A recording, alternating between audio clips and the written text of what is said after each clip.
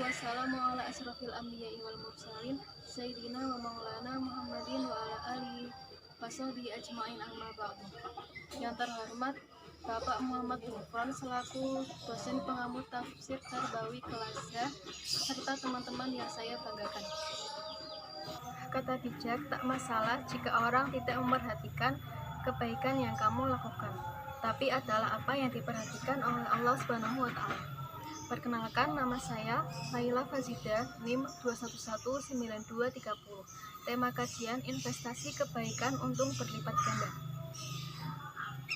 Dalam hidup, manusia di dunia ini diciptakan untuk menjadi manusia yang baik. Namun, banyak faktor yang menjadikan manusia itu berbuat keburukan, baik faktor internal maupun dari faktor eksternal. Manusia diperintahkan oleh Allah untuk berbuat kebaikan. Kebaikan adalah suatu sikap dan nilai kehidupan yang bermuara dari makrifat akan Allah Subhanahu wa Ta'ala.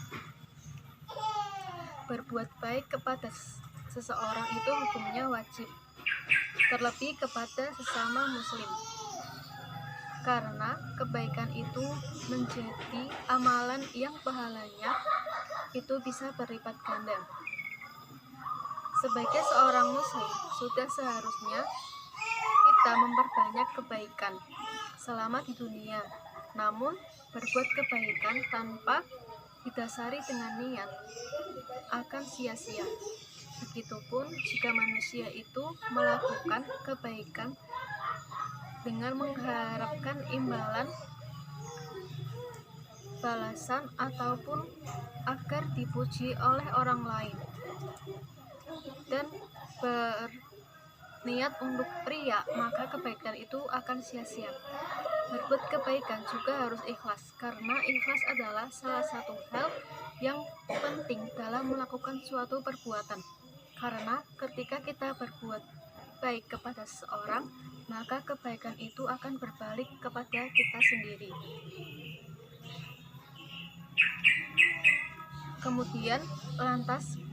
Kemudian bagaimana sih caranya agar kita itu bisa melakukan kebaikan dengan ikhlas tanpa mengharapkan balasan ataupun pujian dari orang lain? Pada hakikatnya, manusia hidup di dunia adalah untuk beramal dengan melakukan kebaikan baik kepada sesama muslim, sesama orang, maupun dengan Allah Sang Pencipta. Berbuat kebaikan dengan sesama belum ikhlas tanpa diiringi dengan rasa keikhlasan.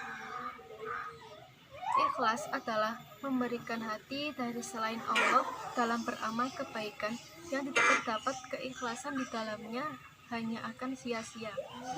Memang ikhlas itu susah, namun dengan membiasakan diri, maka insya Allah kita bisa ikhlas dalam melakukan sesuatu hal.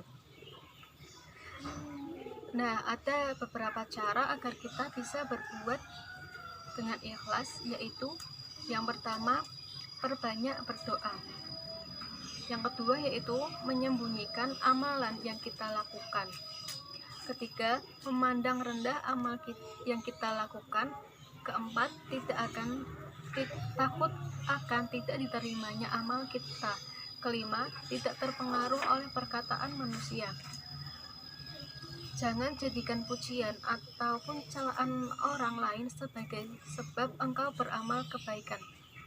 Yang keenam yaitu menyadari bahwa manusia itu bukanlah pemilik surga dan neraka, seperti yang sudah dijelaskan dalam ayat dan hadis berikut.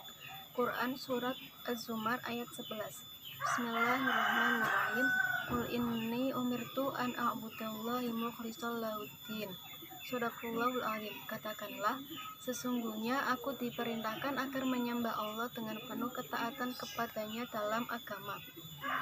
Dan dalam suatu hadis yang berbunyi, An Amiril Mukminina Abi Hafsin Umar bin Khattabi radhiyallahu anhu qala sami'tu Rasulullah sallallahu alaihi wasallam yaqulu innamal a'malu binniyati wa innamal likulli imri'in ma nawa. Fama kana hijratuhu ilallahi wa rasulihi fa hijratuhu ilallahi wa rasulihi wa ma kanat hijratuhu lidunya yusibuha aw imra'atin yankihuha fa hijratuhu ila ma hajara ilaihi. Rawahul Bukhari wa Muslim.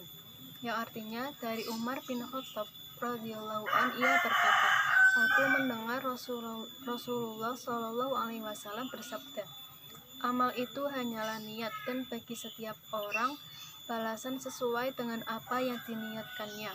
Barang siapa berhijrah dengan niat kepada Allah dan Rasulnya, maka ia mendapatkan balasan hijrahnya kepada Allah dan Rasulnya.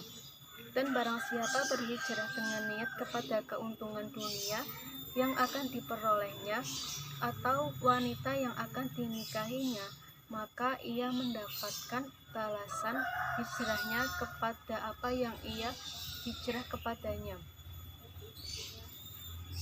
Rawahul Bukhari wa Muslim.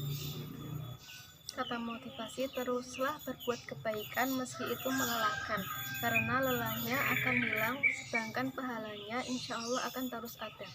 Itu saja yang dapat saya sampaikan, semoga dapat bermanfaat bagi kita semua. Terima kasih. Wabillahil taufiq wal hidayah. Wassalamualaikum warahmatullahi wabarakatuh.